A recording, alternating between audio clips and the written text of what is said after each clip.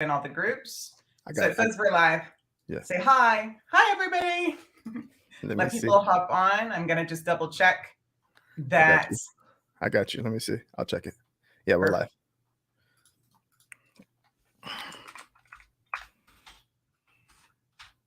Yay, they are there. Okay, so I'm going to give some folks a few seconds to hop in. Sorry about the delayed start here. And also, very sorry about my glitchy internet. I live in the country, so internet can be horrible up here sometimes. I'm actually going to switch internets real quick. So 1 second. Uh-oh. Okay, so I should be back now. Okay, here we go. Testing. All right. Let me open So, up. perfect. So we're in there. We should be in 3 different places right now. So we should be in basically the product marketing mastermind group, in RJ's group, and on YouTube. Live all over the place today. Woohoo!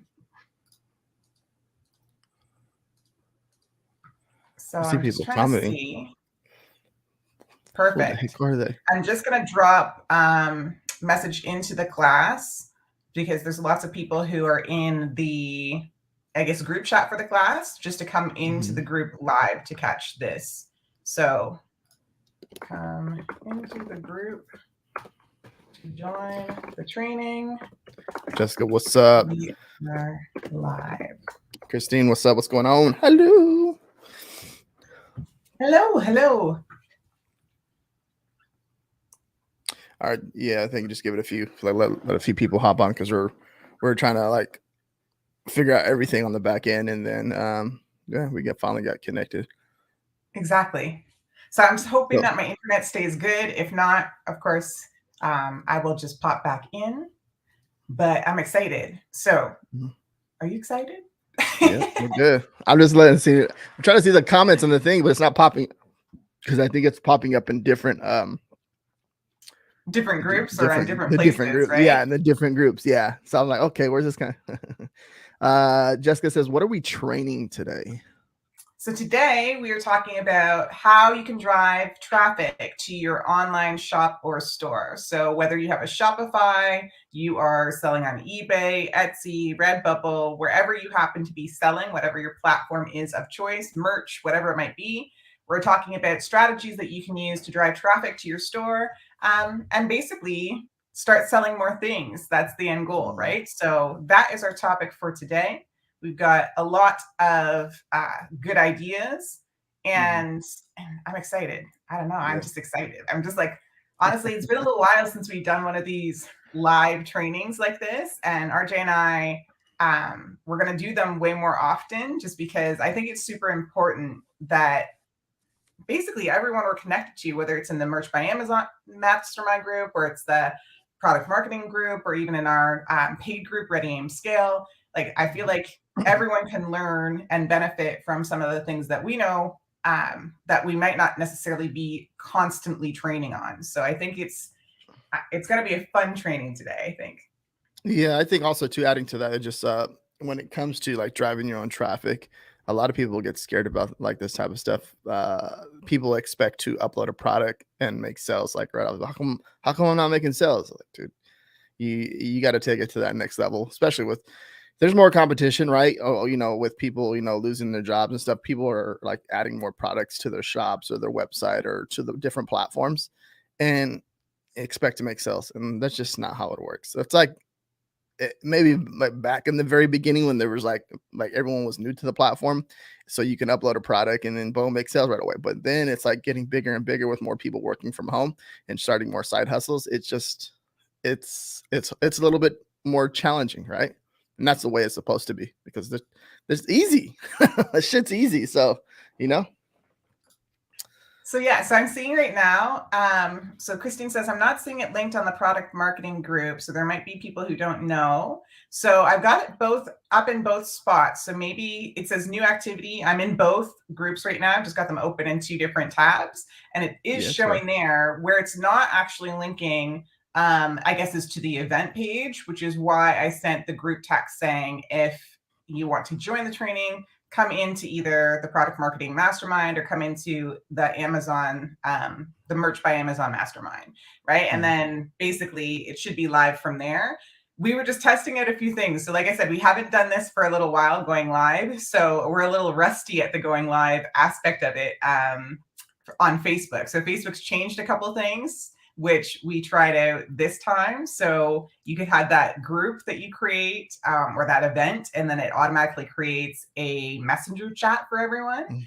And then anyone who said they were going just automatically gets entered into that chat, right? So basically, I had thought we would be able to put the live link because we're using StreamYard to go live.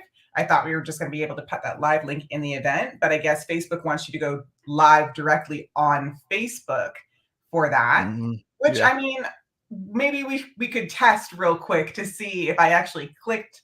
No, because if I click the live from the Facebook event, then RJ won't be on that stream. It'll just be me. So yeah, so next time I probably won't create an event knowing it'll be like that, or I'll create a separate event that isn't like a group specific event kind of thing so that we can make sure that it's not as confusing. And then you can't go live in all the different places too as well. Yeah, exactly. Right. You can schedule out the event over here on StreamYard though. So that would be a little bit more easier, I believe. Yeah, I think so too. So too. Okay, so basically, Brian, I love it. So basically, I guess we're just gonna hop right into the training because we got started a little late, and I don't want to keep everybody waiting. So So basically, when we're talking about how to drive traffic to your online store, what RJ and I often see, like RJ was bringing it up just then, that like lots of people kind of have this expectation of being able to just create a product or whatnot, upload it, and then like it just sells right away online. And of course, that's not true anymore, or as true as it used to be. There are still some marketplaces, obviously, that you can do that because those marketplaces are driving their own traffic. So Merch by Amazon is a good example of that. If you have researched your niche properly, if you're using the right keywords, and if the design that you created on whatever item or product that you created, if we're talking print on demand, was popular enough or was coming into a trending period of time of seasonality, then yeah, you don't necessarily need to drive that traffic. But today we're talking about how you can right now, today, after this training, literally start putting some things in action that will help you drive traffic to your stores, whatever platform they might be on, including Merch by Amazon. So the first way, of course, to drive any traffic is social media. And whenever I bring this one up, people kind of groan and like roll their eyes because it seems like social media can, for some people, be a pretty tough nut to crack, right? Especially now where content marketing has basically become the prime way to drive traffic. And so if you follow RJ anywhere, you know that RJ is on all the platforms, okay? RJ has a great following over on Instagram. He's over on TikTok. He's here on Facebook. He's got his Facebook mastermind group. And that's basically one of those channels is the way that I'm sure all of you first found RJ, right? Whether it was finding him on YouTube, finding him on Instagram, finding him somewhere else on one of these platforms, and started kind of digesting and listening to his content. So obviously, RJ, when he's creating his content, he's trying to give tips to sellers about, you know, how to sell more things, how to find the right keywords, what niches to target, how to sell on different platforms. And those things are of interest. And so where it seems to be confusing for folks is when you're selling a physical product, how do I use that exact same strategy? How do I pick what piece of social media or what platform on social media to start with? And how do I figure out what I need to be creating or putting on that platform in order to get people back to my store? Okay. And so this is exactly what I was explaining. So this, if you're not logged into StreamYard, it's not actually going to let us see your name, but it says, oh, my downfall is social media. And I feel like this is true for almost every single person that we talk to, right? I feel like Teresa said that. So my girl T, right? I feel like this is true for whatever, like whoever we talk to, because it's people don't know how to come up with a primary social media strategy. So the thing is, social media doesn't have to be as hard as we make it out to be in our head, right? And so ultimately, a few key strategies that you can use, right? Or a few key content pieces. If you have a phone, like an iPhone, right?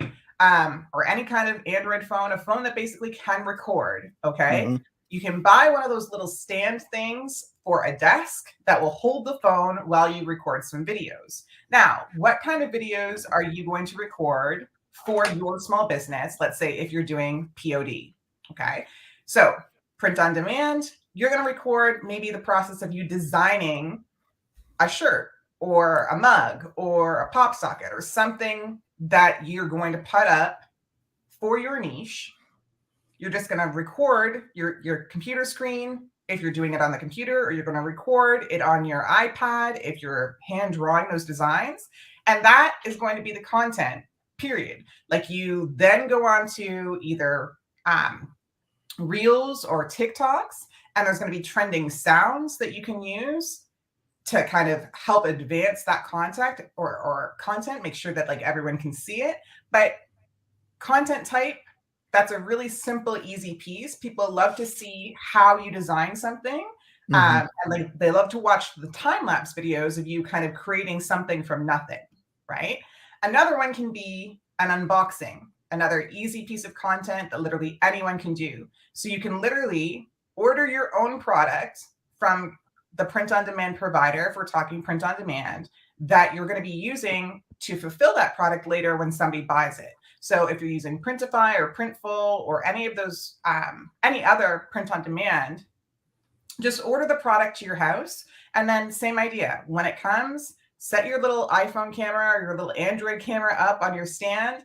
You're going to have to get comfortable putting your face in the video, but then just be like, hey, I just ordered this to my house to see what the quality was going to be like. This is a brand new product. Usually on this strategy, I think, honestly, it's better to kind of use this as a sneak peek, right? So it's not a product that you necessarily put up for sale outside just yet, but you're going to unbox it and you're saying, I just wanted to make sure the quality was really good before I actually put it in the store. And at the end of the video, you can say, now it's live in the store, and you can link to where they can go purchase it.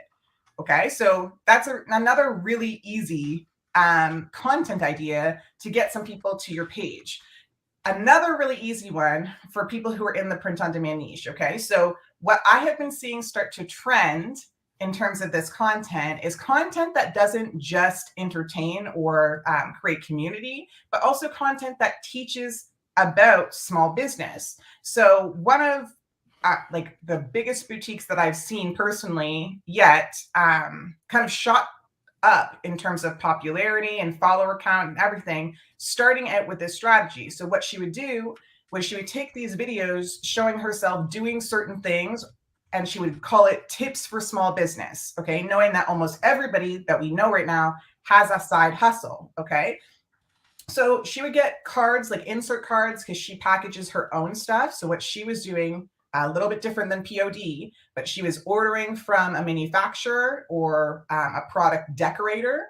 She was having a little bit of stock of that, and then she would be basically packaging it up as it got ordered, and she'd be showing people, okay, when I get my insert cards, you know, your thank you card that you put inside with the order, she got a little corner clipper, okay? And these are things that you can get at the craft store. They're like $5. She got a little corner clipper to clip off the sharp edges of her cards, and she was basically putting up a video of that as a small business tip, okay? And so that being said, it's like people are like, okay, well, is that really a small business tip? Why? How is that going to bring people to my audience? But the people who actually interacted and engaged with those videos also were kind of the subset of people who like the aesthetic of her product. So when she was doing those videos, it was the same kind of branding as you would be seeing in her shop. It was muted colors. It was kind of this hippie boho vibe.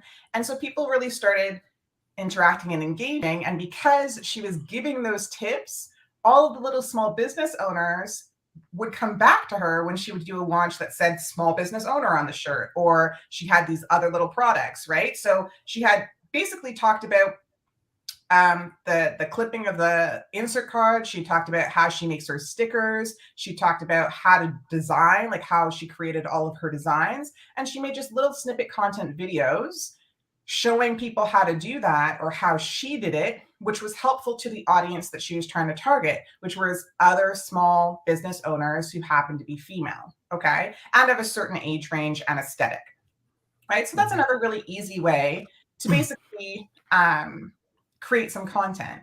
In terms of other content ideas, if we're talking Pinterest, Pinterest has actually come up with these things called idea pins. Okay. And RJ's been over on Pinterest a little while, right? Like you're over on Pinterest and you're starting to dabble in there. So what are you seeing on Pinterest in terms of content that's really helping?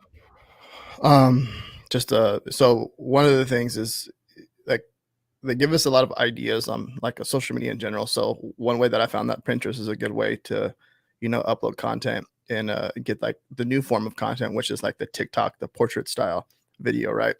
So I've been testing that out a lot and just mixing it up, trying different forms of the video.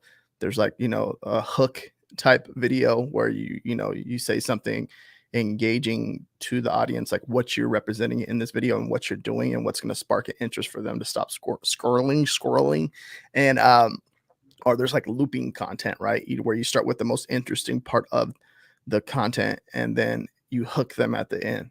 So you trick them into watching it again. So they're watching it and then they get like, they're done with the most exciting part.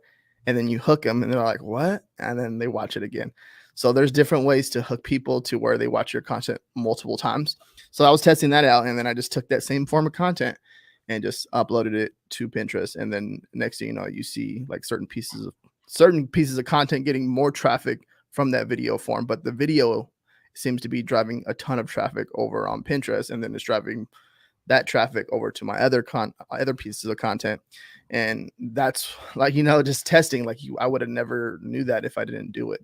So that's one of the most important things. A lot of people think that, you put one thing up there and the goal is to put just try 50, 60 things, 100 things, 100 pieces of content and see what happens. Don't just put one or two things and just like sit there and wait for it to happen. Don't do that because you'll waste a lot of time and energy doing that. So focus on, once you got one project done, focus on the next thing. And you can even start with the images too as well, like using Canva.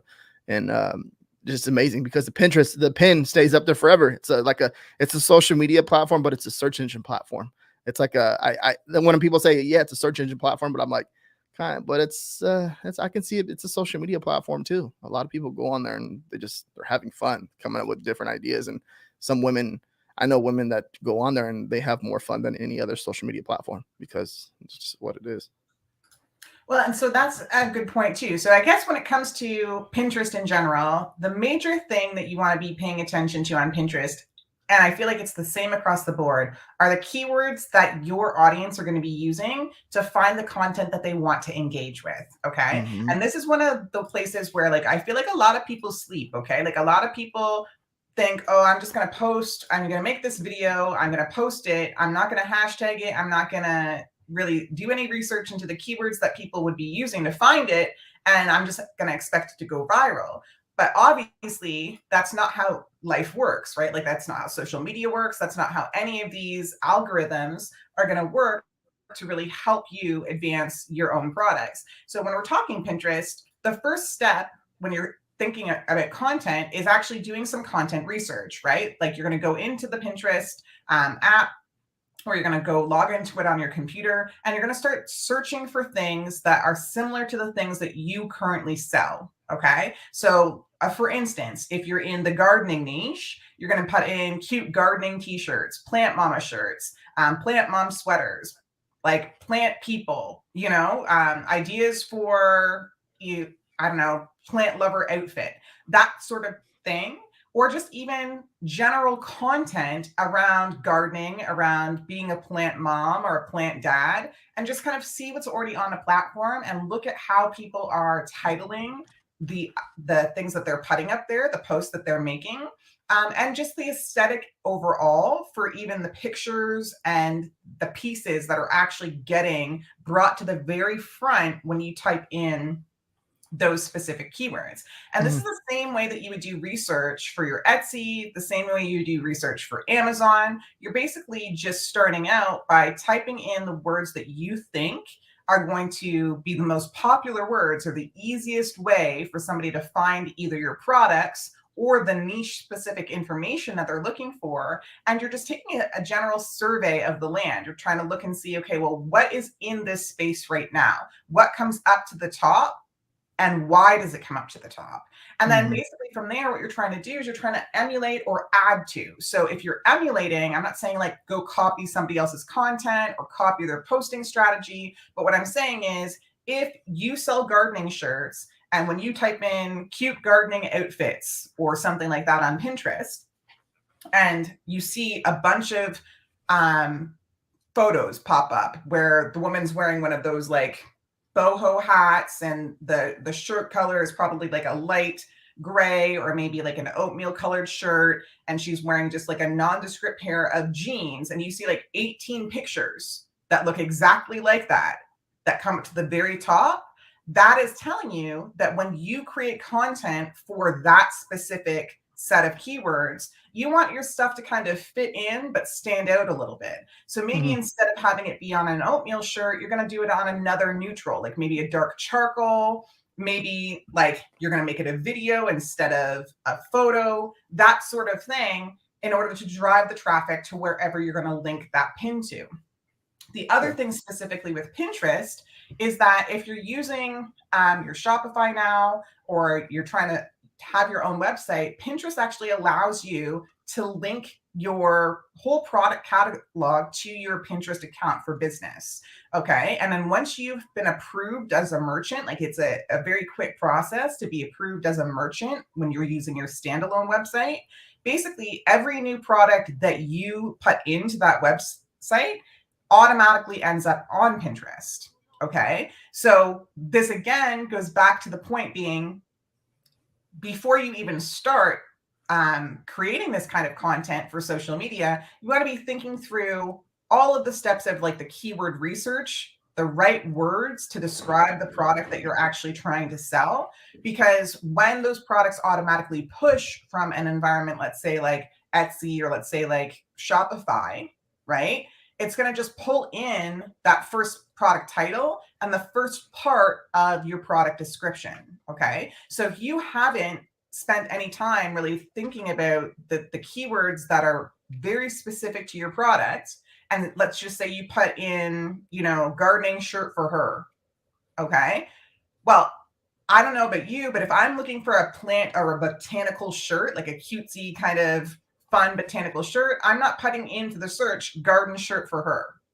I'm putting in plant mama shirt. I'm putting in hand-drawn flower shirt. I'm putting in a bunch of different keywords to try and get to that very specific idea I have of what it is I'm shopping for. Yeah. Right. So if you've been sleeping on those keywords, you've just put in the more generic keywords, you're not going to be found. You're going to be found maybe like way down on page 2 or 3 or 4, or like after somebody has to scroll for 10 minutes to see your thing. And that's not going to be the key way to drive that traffic. Right. So the takeaway from this one is 2 things. One, make sure that you're researching the right keywords for those niche specific pieces of content, whether it's like you're going to take a picture of yourself wearing a plant mom shirt in your house and you've got 15 potted plants around you, and maybe you're going to caption that with something funny, or maybe you're going to do a blog post about how to keep certain plants that are hard to care for alive while you're wearing your shirt. There's a whole variety of different ideas that you can come up with to kind of slide some content into that niche. But however you decide to show up in that niche, you want to make sure that the keyword research is going to help you get to the very top of that search engine, because that's really what a lot of these social media platforms are. And that's not how people think about them, right? When you think about it at the most basic level, these platforms are just giant search algorithms, right? So they talk to each other based on what I've typed into Google, will then start to show me certain videos in YouTube based on what I've typed in, right? What I type into Pinterest will influence what shows up in my home feed of Pinterest the next time I log in. What I type in on Etsy, same exact way. And it's all just really giant search algorithms that you're trying to figure out how you get to the top of, because it basically helps you capitalize on two things. One, most of the time when people go on to the platform, specifically Etsy and Pinterest, they're already ready to shop. Yeah. And two, they're not going to want to scroll through 15 pages of products to get to something that they want to buy. Most people honestly don't even make it past the first page of products that either Pinterest or Etsy or eBay or you, if they're coming onto your Shopify store, put forward, right? Yeah. So you want to make sure that your stuff is at the very top of that by having really good pictures, by having the right keywords, and by posting consistently. Okay. So that's just one way, right? Adding to that, like a lot of the when it comes to like coming up with content ideas, when it comes to content ideas, a lot of people like they get confused on what to do. One way is like, first of all, like with TikTok, they show you what's trending, right? What's trending right now. And the idea is to implement that for like, if you see something trending in another niche, you can implement it for your niche, do so. Either one, it can be like a sound, it can be audio, music, like, you know what I mean? And then just the format of the video, right? Fast paced, you know, you cut to the next scene, real fast pace. You can implement that into your content, and that's, you know, just researching the content. It's not copying. You're just taking your own flip, and you have an idea. Let's say you have a content idea already. You're just taking that format and how they did it, taking the music that they used and putting it onto your video. And then next thing you know, you're doing it that way. You can even research, like, you know, buy the music and see like what pieces of content are trending for that song. Okay. And then you can implement it that way too. One way, another way too, is just going into incognito mode. Okay. And seeing, like, go to Pinterest.com and see what's popping up. I just did it right now. When you go in there Pinterest.com, I'm getting like weekend dinner ideas. Okay. Home decor ideas. Okay. New look outfit. And then green thumb idea. Okay. These are pins that are, you know, images and stuff like that are doing really, really well, or they wouldn't be on the front page. Pinterest knows they have all this data, all this information. And the same thing goes for any other platform, TikTok, Amazon. All these places are obviously promoting them for the first time customer to see, because they want to convert them. And most likely these are the top, you know, pieces of form of content, top product, whatever it is. So think about it that way, just to do a random search in incognito mode, just to see what's going on. And that's one way to do it. And so I always like to give examples too of basically places or people who I see who are doing this correctly. So real quick, I'm going to share one of the accounts that kind of pops up on a regular for me. I'm just going to share my screen, and you all can let me know if basically you can see this on the screen. So I'm sharing my screen now. Can everybody see? Yes. Okay. So this is one of the companies that pops up in my feed based on, I guess, my hashtag preferences and the kind of content that I engage with. Okay. And so this could very well be a print on demand company where this person doesn't hold any stock. If we go and we actually look at the reels on this page, and you see right now, this person's got 446,000 followers on their Instagram. Okay. And so if we go look, basically a huge part of their content posting strategy is posting reels, right? Now, this person's target audience is truly, I feel like just, you know, African-American people. So, and I feel like mostly African-American people who live probably in the USA. Okay. And so a lot of the reels she's sharing, she's just actually not even creating herself. Okay. She's creating these reels based off of content that she's engaging with or finding on TikTok. She's bringing it, she's accrediting it. Like, she'll tell you where she got the reel from, but it's just designed to basically entertain and attract the audience that she's trying to go after. Right. So you're noticing, like, her shirts are not really anywhere right now in a bunch of these videos. Now, she used to, I think if I can keep scrolling, or maybe not, maybe I'm going to go back up for a second. So I'm going to go back up to the very top here, just to show you oops, this one. Sorry, going here to show you her posts. Okay, so on the posts don't do nearly as well in terms of likes and engagement as her actual reels do to bring in people. But this is a two-pronged strategy. So on her posts, she's basically showing off her shirts and a lot of these or her products, right, that she can get through print-on-demand carriers. And then she'll throw in every now and again some kind of real content that she allows to post into her feed. Okay.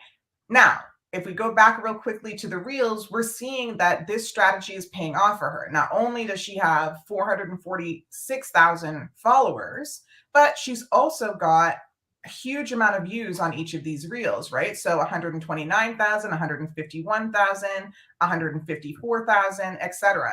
And the reason I bring this up is really just to show you and tell you, you don't have to be creating all of the content that you are sharing in order to collect that audience. Okay. Mm-hmm.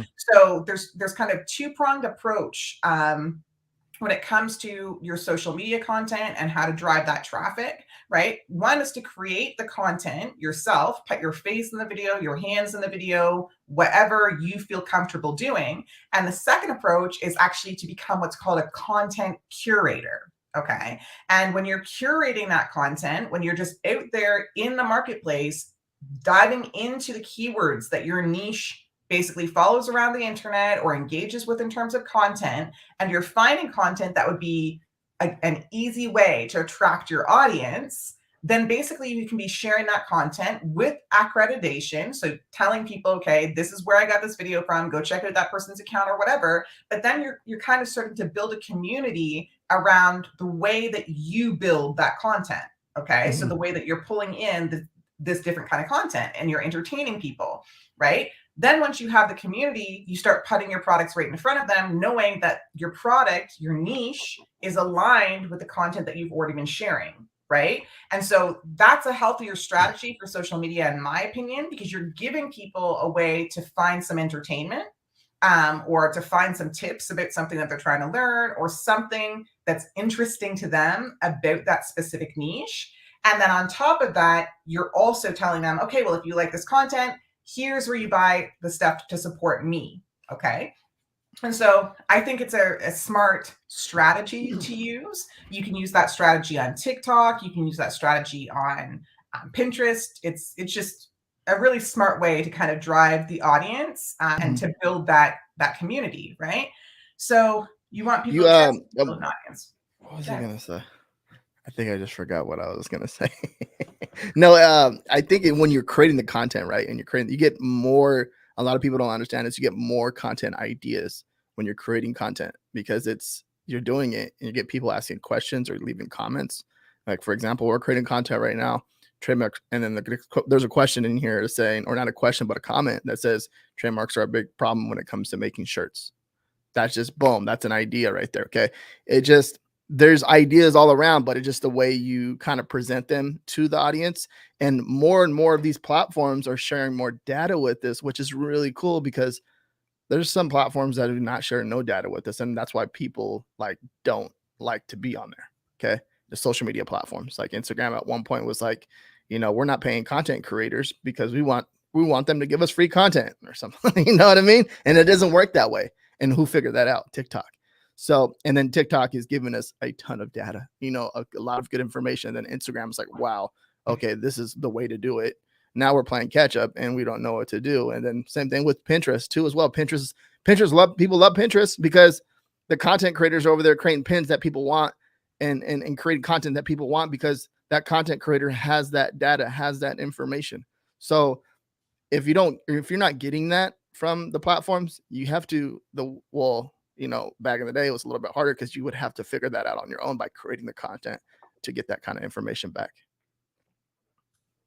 Go ahead. Absolutely. I want to share just another one real quick on Instagram, just because I know that that's going to be one of the primary social medias of choice that people like to try and get started on.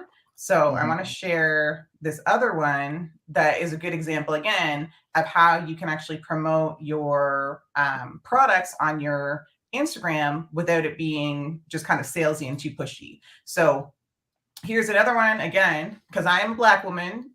It's Mhm. kind of targeting. I see these because I interact with and engage with the content that these people put up. So in this case, it's another similar strategy to the one I showed you with Casey Apparel, where if we look at the reels on this account, 79,000 followers. And I mean, these followers go up and up and up and up. Like, I remember when I first actually saw her account, I think she only had like 15,000 followers. And I want to say that that was probably like September of last year. So you can tell that like the content that she's making is working, but literally all it is she puts on one of her shirts. So like she goes out and either creates it or buys it, and then she captions her reel with something that's funny for the audience that she's trying to attract. So again, this person is immersed in, you know, African American subculture. That's the audience that they're trying to target with their products. So if we were to look at like one like this, and I don't know if it's going to play properly because my internet's so slow,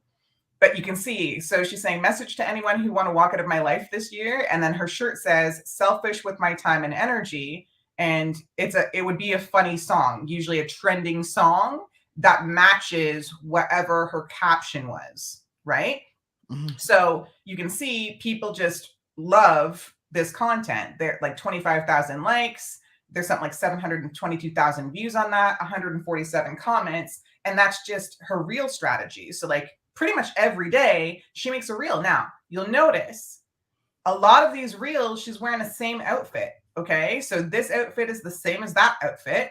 And literally, this outfit, the bottoms are the same as that outfit. So if you're thinking, oh man, that's going to take too much time to film a content for reels or for TikTok every single day, literally, I guarantee you this person here is filming like 12, 15, 17 videos all at once, just changing either the top, some shoes, a little accessory, and then she's got that content on her phone for whenever she's ready to post on her TikTok or on her Instagram to create this reel, right? So it doesn't have to be as challenging as we make it in our heads. Then we've got, you know, post strategies here, right? So again, these are a lot of the times just stills from her videos. Okay. So she'll just take a screenshot like while the video is playing on her phone, and she'll turn that in to like a post, or she'll just share it onto her feed, right? The odd time she does do some product posts, and this would be literally somebody who probably purchased and tagged her in it, or maybe she gave it to them so that she could get a post like this. You know what I mean? And it, again, it's going to be stuff that is relevant to the subculture that she's trying to attract. So you have to think about ways that you can make your life easier when it comes to creating these kinds of content pieces. It doesn't have to be that, you know, you're having to physically post or physically record a piece of Mhm. content every single day, which you might not have the time to do. You set aside 2 hours in your week even to go through, find some trending audios, basically come up with ideas that could be funny for the audience you're trying to attract, that kind of compare with those trending audios, and then film a time lapse video of you creating art, film a time lapse video of something else that might be funny, or curate the videos that are already doing well and share them to your audience on your page in addition to creating your own content. And that's a simple way to use social media to drive that content to, or Mhm. sorry, to use content to drive traffic to your shop. Okay. Now, the next way, so like in my head, I basically siloed the three different ways that I like to drive traffic into three different categories. So one being social media. Obviously, we didn't do a super deep dive on social media. If you want us to, we will be recording more trainings like this or doing more lives like this as time goes on. Mhm. So just leave us in a comment saying if you want us to do like a deeper dive on social media, specifically content creation for social media, for print on demand, or, you know, small shops, and we'll basically add that to one of our lives. But that being said, the second key thing to driving traffic is, and somebody's touched on it here, branding photography. Okay.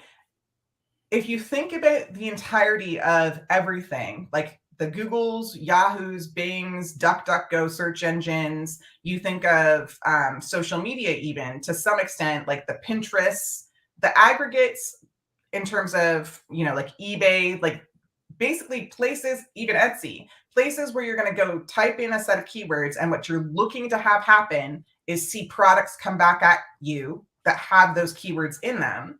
Ultimately, what is going to pull you in after you've clicked enter on that search bar, but the product photography that you're using to actually attract that audience? Okay. So a lot of the times people like think, oh, well, I have to compete on pricing. I have to make my thing the lowest cost thing in order to get the sale. But you don't. You have to have the best picture, or something that's entertaining, or something that catches their eye from that sea of the search feed. Okay. So if you're not going to be using content like a video that links directly to a product, and instead you're just going to be relying on, let's say, the fact that Etsy, Amazon, and eBay, for instance, run ads to try and get people on the platform. Okay. Or even like Redbubble, right? All of those platforms run ads to bring the audience to you. Then your strategy really needs to hang on beautiful product photography. Now, that being said, we know when it comes to clothing, like studies have actually shown that if you put your own face as a brand owner, a small shop, in your product photography, people are more likely to click on that than they are just like the regular like graphics they might see. Like lots of people just kind of blow up the graphic on the shirt and just kind of make that be the leading thing, right? But if you're trying to build a brand, if it's not just about kind of trying to build like sales quantity, you're actually trying to build a brand, your better strategy is to actually show your face in at least a third of the content that you're putting out there. So whether that means you're taking photos of yourself in your own designs, whether that means you're taking videos of yourself to put up in your product listings that show kind of features or benefits or how you would style that product. A lot of the time, people want to know, like, and trust you. So the more that they see your face, and the more that they feel like, oh, you're sharing something that's good for them, that you're sharing something that they're interested in, or they like what they're seeing from you, the better they're going to share that content, the better they're going to purchase from you. Now, when it comes to like pulling in those shoppers, let's say the ones who are already kind of in the marketplace for whatever it is that you're trying to sell, that product picture is where it's at, right? So we want to see beautiful like flat lays. We want to see the different colors that you offer, but mostly we want to see that you kind of understand the niche and the aesthetic from that one photo. Now, that's more important and less important based on the niches that you're targeting, right? So if you're targeting, say, like the aesthetic clothing niche, okay? So if you type into any search engine right now, or like go on Etsy and type in aesthetic t-shirts, you're going to see a lot of these t-shirts that have like the big bubble letters from, you know, I think it's like from the 70s, right? And they're doing like kind of wavy text, right? And that's the aesthetic. And so if you're looking at that kind of stuff, or you're going to see some kind of like minimalist but kind of hippie looking stuff when you type in aesthetic clothes, right? And the reason I'm bringing this up is because if I'm going to come into that niche trying to basically get my products or drive traffic to my store that is also selling aesthetic clothes, I have to understand what's working to sell those clothes right now. Why are the existing listings that are at the top of my search engine results, why are those the ones that are at the top? Okay. Is it a certain photography style that's being used? Is it a certain aesthetic?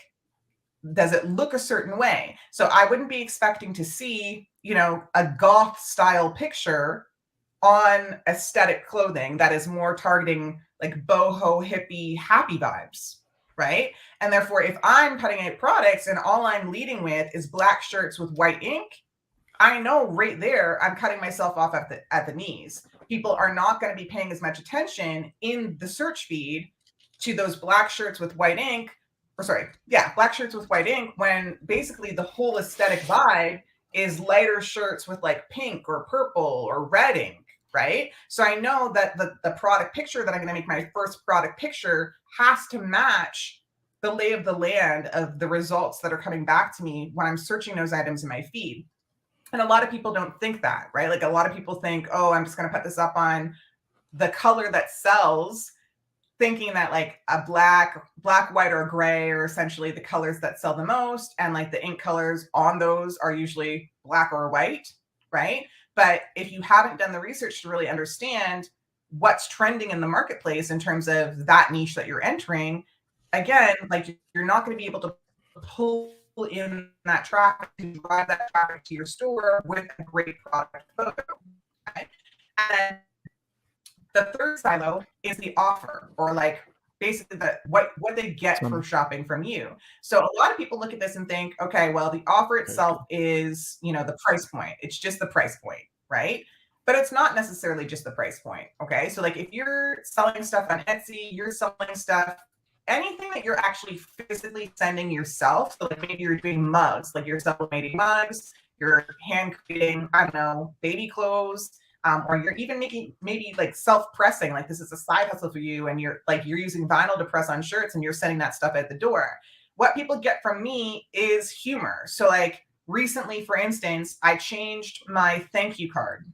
Okay. So every year I like to go ahead and just like look at the materials that I'm inserting into every order, my creative orders, and just do like an audit, a self-audit myself to understand, okay, like where can I improve on this, right? And so my niche for one of my shops is very, very specific.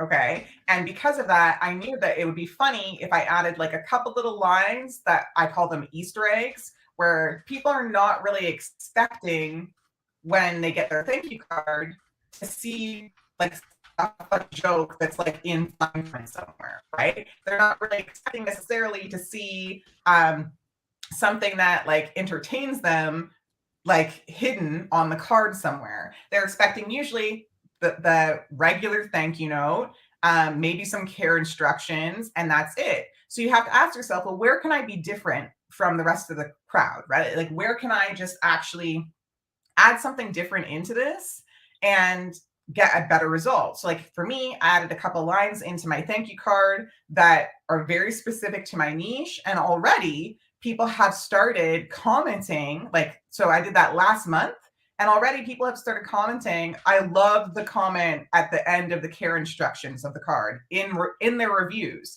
And I've already known that people have literally taken a picture of this card now, and they're sharing that card on social media because they think what I put there was so funny, right? So you have to be asking yourself, when it comes to overall experience or offer, like what do people really get when they purchase something from you, whether this is something off of Amazon or whether it's something off of your standalone site or an Etsy or a Redbubble or whatever. What are they getting as a result of following that specific brand or following, like buying that specific shirt? Why are they buying it, right? And then you have to make sure that your offer makes sense. So offer does, like if we're talking print on demand and Amazon, you don't really have obviously the control, like even with I think places that make the things for you, so like Teespring, right? You don't necessarily have the control all the time to be adding in anything. They take care of your customer service, they take care of your shipping and all that kind of stuff, and you're just responsible for the design in the first place. But that doesn't mean that like the offer itself shouldn't be something that you're thinking of. At that point, like if you're selling on something like Amazon, the offer is that initial price point that you're offering at. It's the colors that it comes in. It's whether you're printing on the back or printing on the front. It's whether you're adding certain designs available for youth. It's really looking at the key components of the niche or the audience that you're trying to attract, and it's trying to assess what do those people want and how can I give it to them every single time on every single shirt that I put up in this shop, every single thing I design. How can I build on what's selling already and what people will want in a couple months, right? Does that make sense? Yeah. No, I think just add into that. I think one of the best ways just to get it out there, right? When it comes to any of that, like you research it, it takes work. This is where a lot of people get this confused. They're like, oh, you're copying, or you're doing this, you're doing that. Oh, if I just copy, right? And if I just copy it, then it'll be good. That's not how it works, because if you just go on someone else's brand and copy what they're doing in a way where you're just like pixel for pixel, right? Just take their whole image and just put it up on yours because it's going to work. You could do that. There, there's ways of, sharing and giving them a shout out on your social media. Yes, that's one way. But putting it in your own way for your own branding is another way to, get more attention to your brand. And it takes work to do that. And if you don't understand that, it gets a little confusing, and all this stuff takes work. And I think it's one of the most, this is why I think Dion, when it comes to this, this content that we're creating, it takes work. And this is one of the biggest, like roadblocks for people. They can create the design, they can, all this stuff, they create the website. And I've always said this to people too. All that stuff's easy. All that shit's easy. And then all of a sudden, when it comes to driving your own traffic, you're like, oh no, I didn't know I'm supposed to do this. This is too hard. I'm scared. Now I'm going to go hide. And maybe if I just keep uploading and uploading and uploading, like, you know what I mean? I'll make sales eventually, and you can do that. Yes, you can. But when there's 1,000 people uploading the same design or 2,000 people uploading the same design, and this is going to take a little bit more work, because you got to understand that what's going to separate you from them. And if you can figure that out, then you can make some money, because it makes sales. And that's what we're here for. Like, we're not here to put up a t-shirt design or design on a product and then not make sales and waste our damn time and not make no money. That's not how. Now, I'm here to do this and I'm here to do that. And I'm here to make money because I want this product to sell and make me money. And there's products, me personally, where they're just make, over the last few years, make over $60,000-$70,000, just one product. And I'm just like, wow, okay, this is what it is. And just why is because I researched the niche. I understood it, understood what the audience wanted, and then gave it to them. And I was one of the first ones up, and then boom, it just started making sales. And that's just the way it is. And it's a rinse and repeat process after that too, because then you do it for your own audience and your own website and your own, your own people. Like, you can do any of that stuff, and it doesn't even have to be difficult. Don't think, oh yeah, you have to create this amazing, crazy design. It's text-based. Me and Dee were talking about this, like text-based, simple designs, they sell. It just has like, there's like, I don't have no ideas and stuff like that. No, that's just an excuse for, people not trying to do the work. And I think that that's like a key point, right? Like, I feel like sometimes people just don't know how to do the work, right? Like, they're literally, it's like, so RJ and I will see this a lot. Like, we'll see a lot of comments where people might know how to design something, but they don't know how to market it. They don't know how to promote that thing on social media without it coming off as super salesy and spammy. They don't know how to, like, they can figure out, maybe it's our Radiant Scale members who go into their library, they can figure out how to set up their own Shopify. And now they're like, okay, well, now what? Like, how do I get the people onto the Shopify, right? Mm-hmm. And so that's kind of what we're trying to teach, like, in these bite-sized little trainings, is like the things that you specifically need to do, the actions that you can take to start driving the traffic, to start pulling the eyes off of the search engine and into your shop, right? And so this is why I keep saying, like, if we think about all of these things that we utilize to try and drive that traffic, okay, it's product photos, it is content on our social media, whether we curate that content or whether we create that content ourselves, right? Mm-hmm. It's blog posts or vlog posts that people put up either on their website or on a YouTube thing, which is maybe, just talking about the different kinds of quality, why this specific design, why this is their favorite shirt, that sort of thing. And a lot of the time, there's a comment right here that just popped up, which is exactly where I was going. A lot of the time, we stop ourselves from being successful before we've even started, honestly, because of the imposter syndrome. Okay, we think, oh, I don't know how to do that. That's not going to work. It has to be like this other person over here, like maybe one of those examples that I showed that has like 700,000 followers. I have to be doing content like that. Well, no, you don't. No, you don't, actually. Even the person who has the 700,000 followers wasn't doing content like that when they first started out, okay? When they first started out, they were trying and testing new things. And one of the key factors towards you having faster success is your ability to try and test new things quickly. Okay. So a lot of the time, what ends up happening is it's a mindset hack, right? Like we try something new, it doesn't blow up right away, it doesn't bring all the traffic to our store right away. And we think, oh, I tried that twice, it didn't work, Yeah. I don't want to do it anymore, right? Because we feel like we failed, we feel embarrassed that we put effort into something that didn't work. But that's the way life works. That's like everything in your life. Like, Mm-hmm. like think about it. If you were a baby when you were first learning to walk, if the first time you fell down, you were like, "I'm out. I'm not walking. I'm not doing this anymore." Like, no, thank you. Like, you wouldn't walk now, right? Yeah. It's the same with language. When you first learned how to speak whatever language was your native language, if the first time you said the wrong word or you said something that didn't make sense, you just stopped speaking that language, you wouldn't be able Mm-hmm. to speak right now, right? Yeah. And so it's like we have this weird way of compartmentalizing the way that we learn and almost like dogging ourselves or making ourselves like bad people for trying something new and not instantly winning at it. But Mm-hmm. that's just silliness. At the end of the Yeah. day, you have to continue to test. Like everything's just an experiment. Different products, experiment. Mm-hmm. You're trying to see, is this what that niche wants? Different ways of getting in front of your audience with different kinds of content, whether it's unboxing videos, whether it's, content where like literally I just watched one shop. Literally, she did a hot take on a television show live on her Instagram.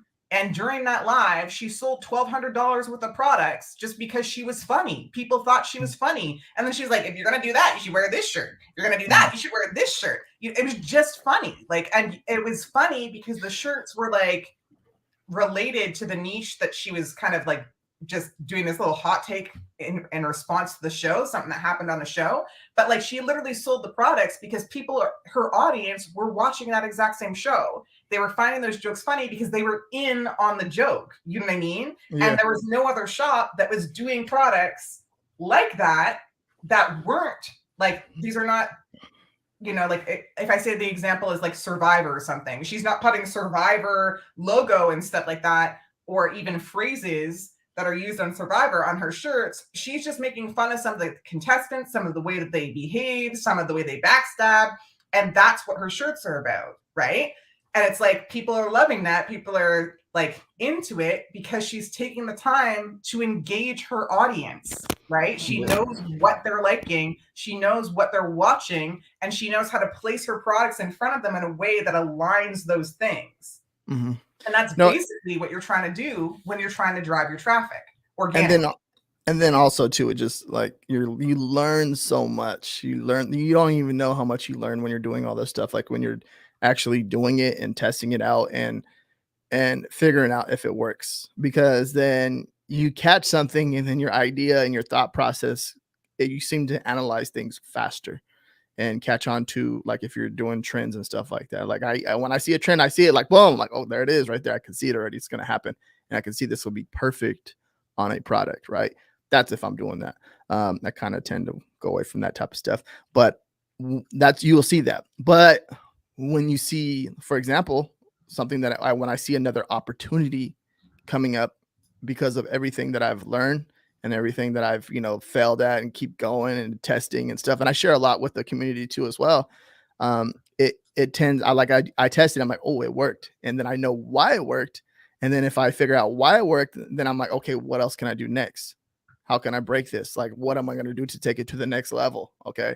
And it's not, you're not born that way. It's just trial and error. Like you're testing, this didn't work. Oh, I wasn't funny when I said that damn joke. Let me try 3 more jokes, or it is just the way you're going to do your content. There's so many different ways you can do this. There's not just one right way to do creating content. There's not just one right way. So kind of get that out of your mind already. But one way to get started is to start coming up with you can come up with 30, 40 ideas right now. If you took hour, 2 hours to write them all down, you could come up with 30 to 40 ideas. And then you start start recording, 2, start, making images and just start prepping them all out.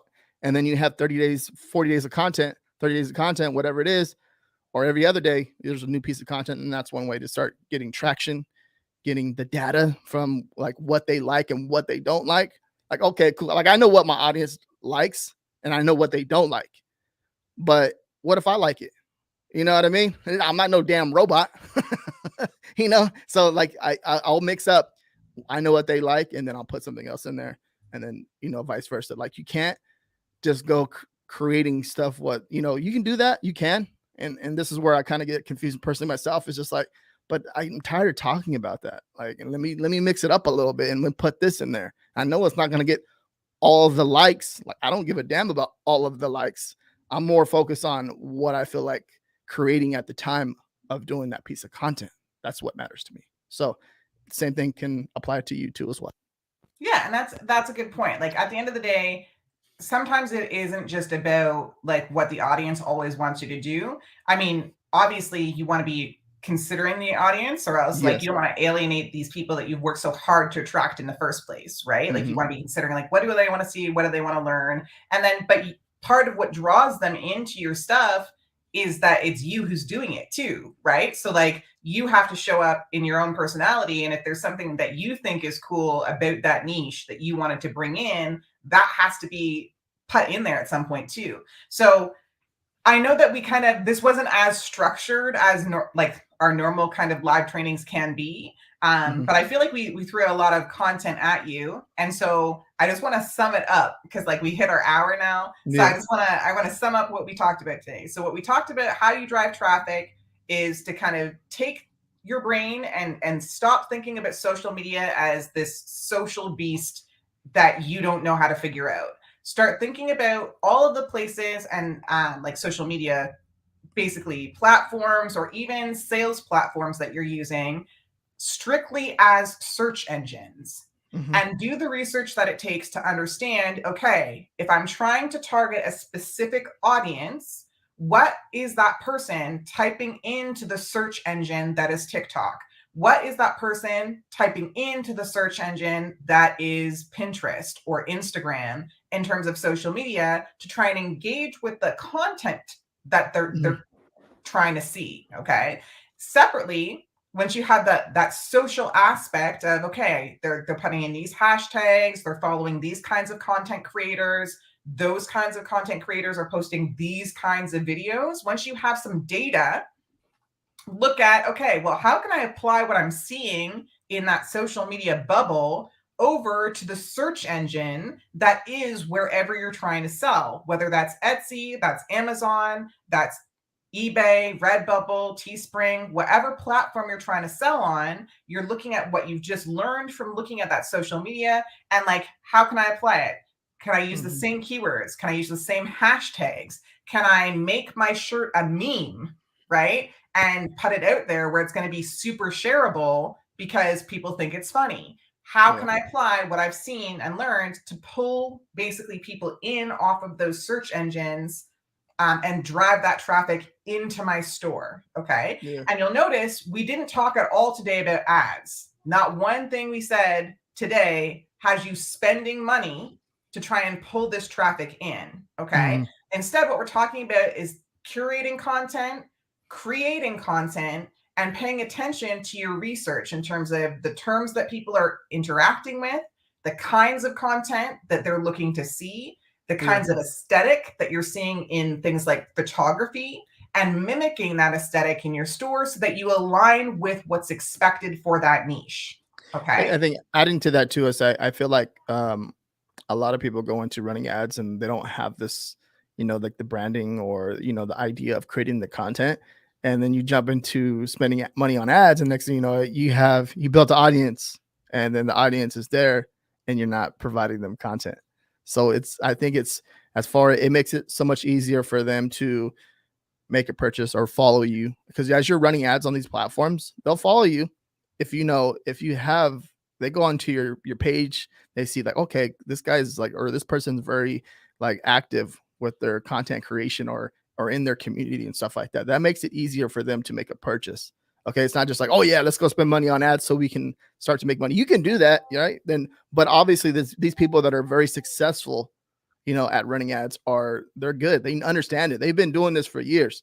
One of the things that I look at is when I see somebody like running ads, it's like, okay, and I see that they show their face, I'm just like, okay, what else does this person know that I can personally learn from?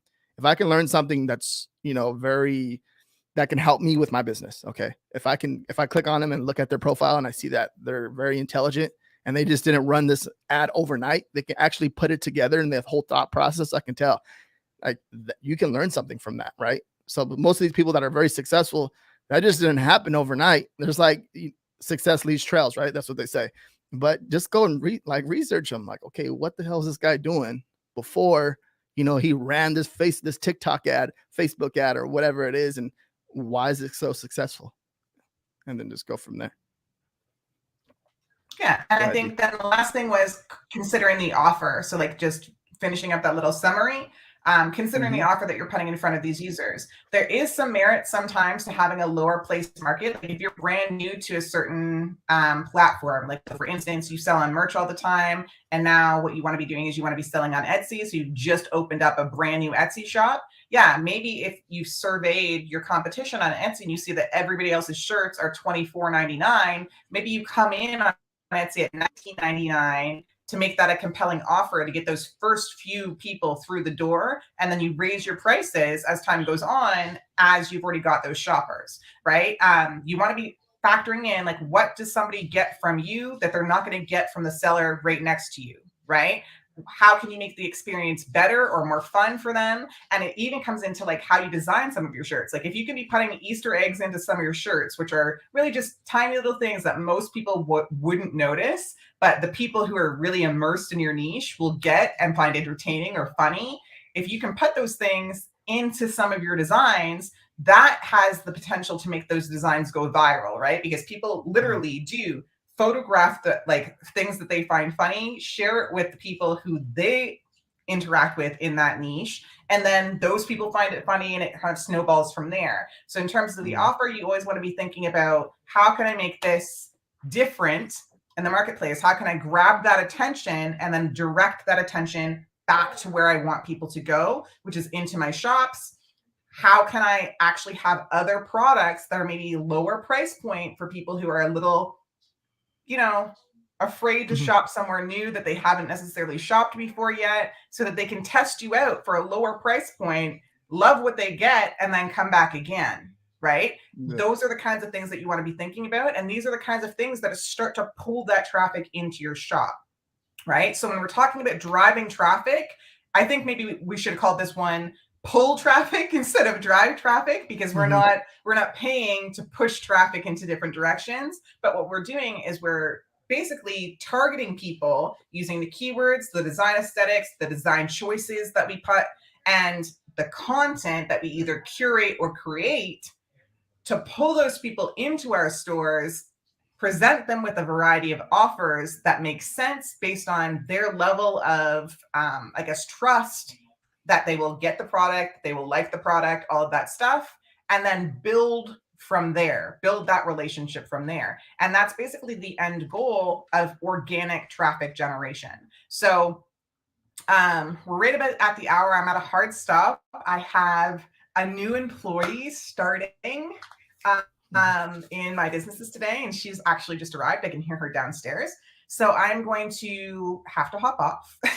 But if you enjoyed this, please leave us like an emoji somewhere in the comments and let us know. And then again, if you have specific things that you want us to cover as we do more of these kinds of trainings, like I know Teresa, our girl Teresa, said she wants a deep dive on social media, which we will definitely put together for you.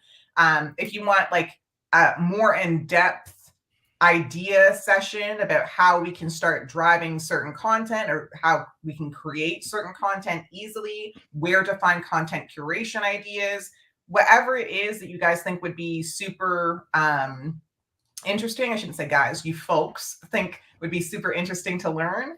We're happy to help you and create these live trainings where we go over what's working for us, and we help you come up with a strategy that could work for you too. So I think that's one thing too. Like, don't be afraid to share what's going on, because when it comes to any of this stuff, we take this into consideration. So if you have any comments about, especially driving traffic, it's like one of the most, it's fun for me personally, because I enjoy testing.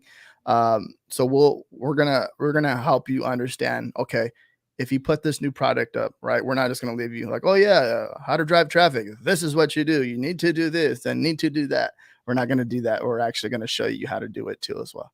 Okay, so Exactly. that's a big thing because we want to grab you by the hand to make you understand. Like you got a product up. Okay, now you're gonna go onto this platform, and this is what you're gonna do, and we're gonna put it all together, and then drive the damn traffic to your product and make sales. Hopefully. Just kidding. All right. That's it. All right, that's it. We will see you Bye, again guys. soon. Keep your eyes on these pages because we're going to have more lives coming up probably within the next couple of weeks. All right. So thank you Cool. for spending the hour and a bit with us for hour and 10 minutes. And we'll see you again soon. Peace.